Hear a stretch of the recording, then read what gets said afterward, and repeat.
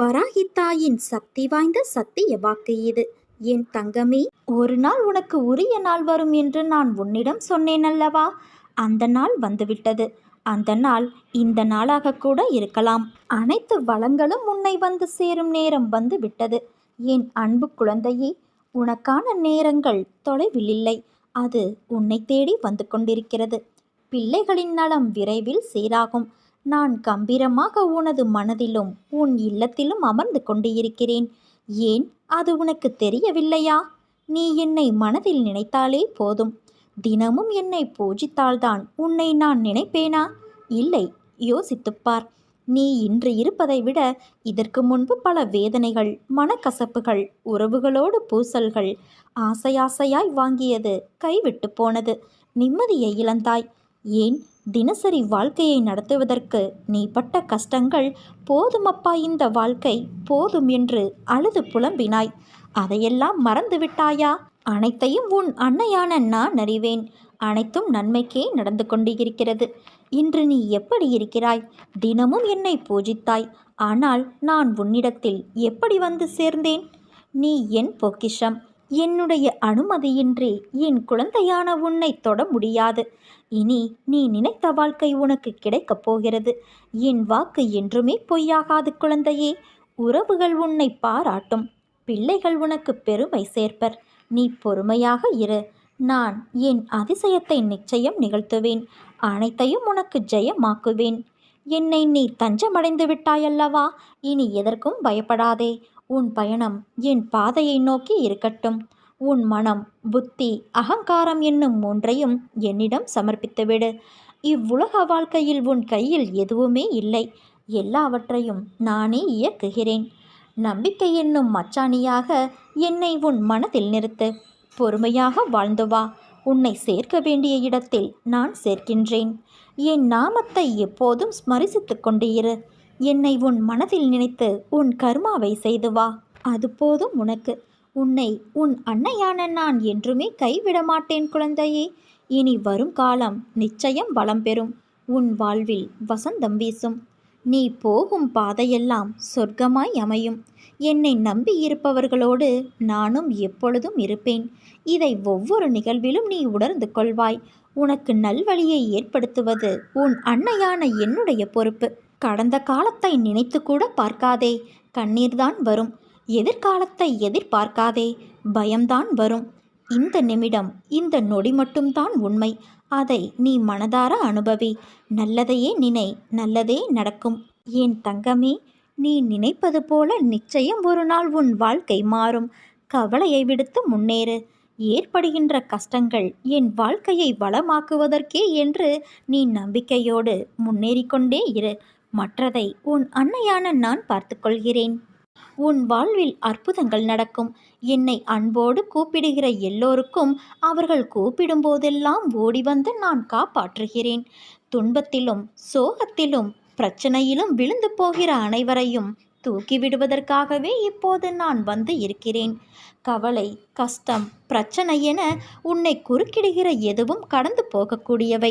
இவை எல்லாவற்றையும் விட மிக பெரியவரான உன் அம்மா நான் அனைத்தையும் நசுக்கி போட்டு உன் நலனை விசாரித்து உனக்கு மிகுதியான பலனை தருவேன். அற்புதங்களை நான் கொடுப்பதை உன் கண்களால் கண்டு உள்ளத்தால் நீ உணரலாம்.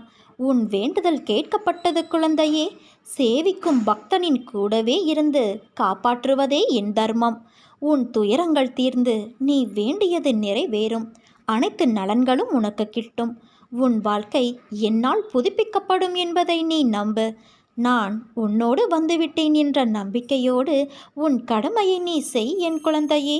உனது உள்ள சுமையின் பாரங்களை சுமக்க முடியாமல், வெளியே இறக்கி வைக்கவும் வழி தெரியாமல் மனதுக்குள் கதறுகிற உனது மனக்குமுறல் என் காதுகளில் எதிரொலிக்கிறது.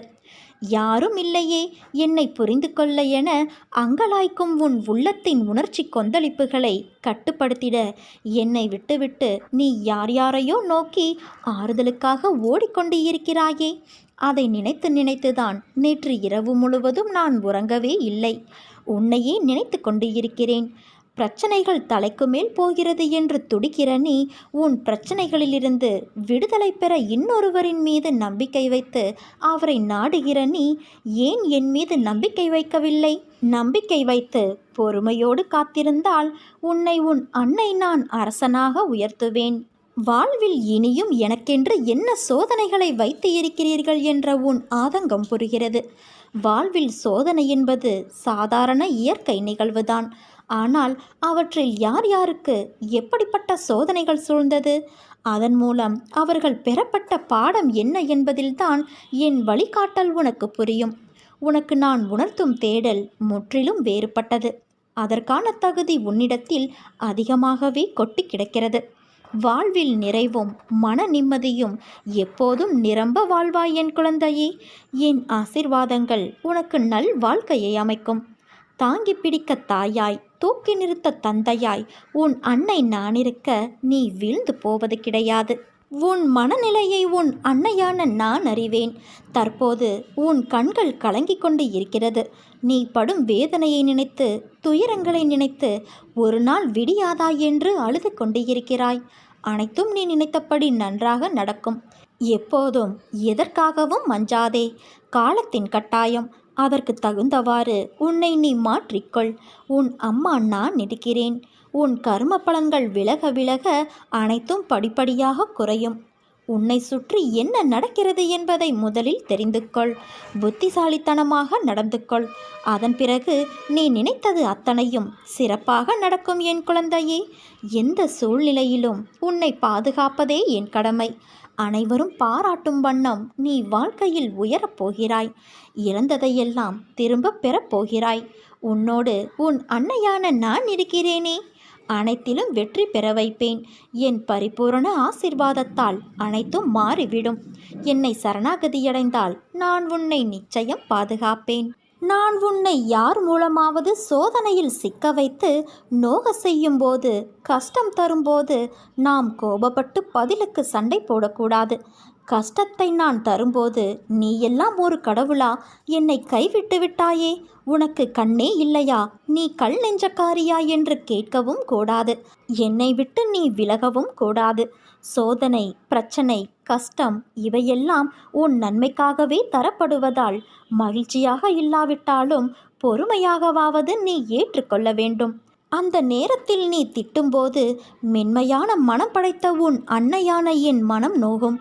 திட்டும்போது நீ பாவத்தை பெருக்கிக் கொள்கிறாய். நான் உனக்கு புண்ணியத்தை சேர்க்க கஷ்டத்தை கொடுத்தால் நீ பாவத்தை பெருக்கும் விதத்தில் வார்த்தையால் காயப்படுத்துகிறாய். இதை நினைத்து என் மனம் கஷ்டப்படுகிறது. என் அம்மாவே, என்ன வேண்டுமானாலும் செய்து கொள்ளுங்கள், இன்னும் கூட செய்யுங்கள். இதோ உனது அடிமை என்று தலையை நீ தாழ்த்திப்பார். அந்த கனிந்த மனம் உருகி உடனடியாக சோதனையை நிறுத்தும். சாதனையை உன் கண்களுக்கு காட்டும்.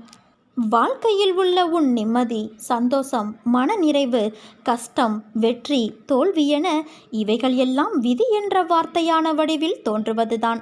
அதில் யாரானாலும் அனுபவித்து ஆக வேண்டும்.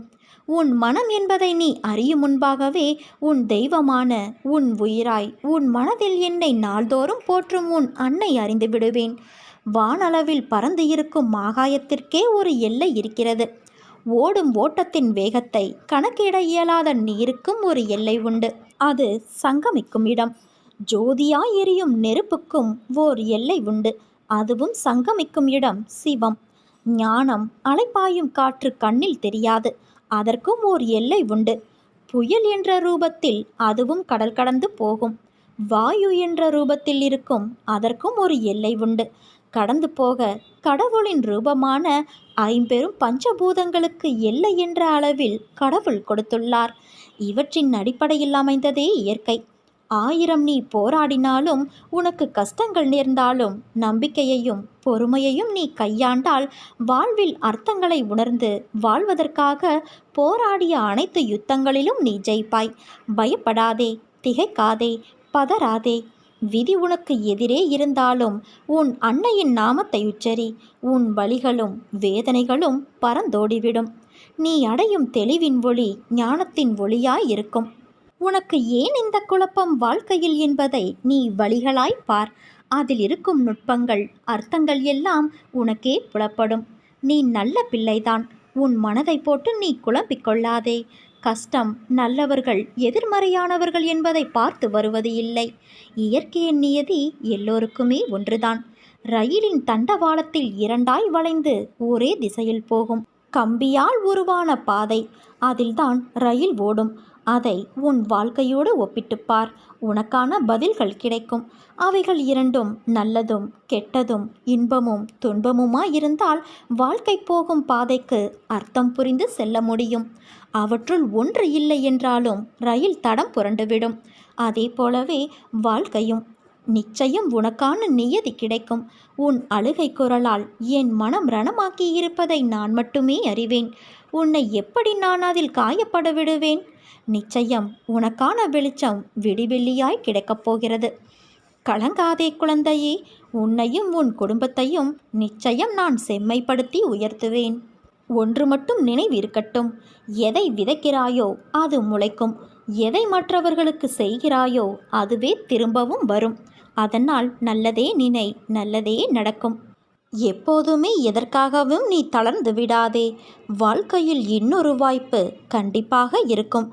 அந்த வாய்ப்பு உனக்கு இப்போது வந்துள்ளது. வாய்ப்பை பயன்படுத்தி கொண்டு வாழ்க்கையில் முன்னேறும் வழியை பார். நீ நம்பிக்கையோடு இரு, நல்லதே நடக்கும். இது உன் வராகியான என்னுடைய சத்திய வாக்கு.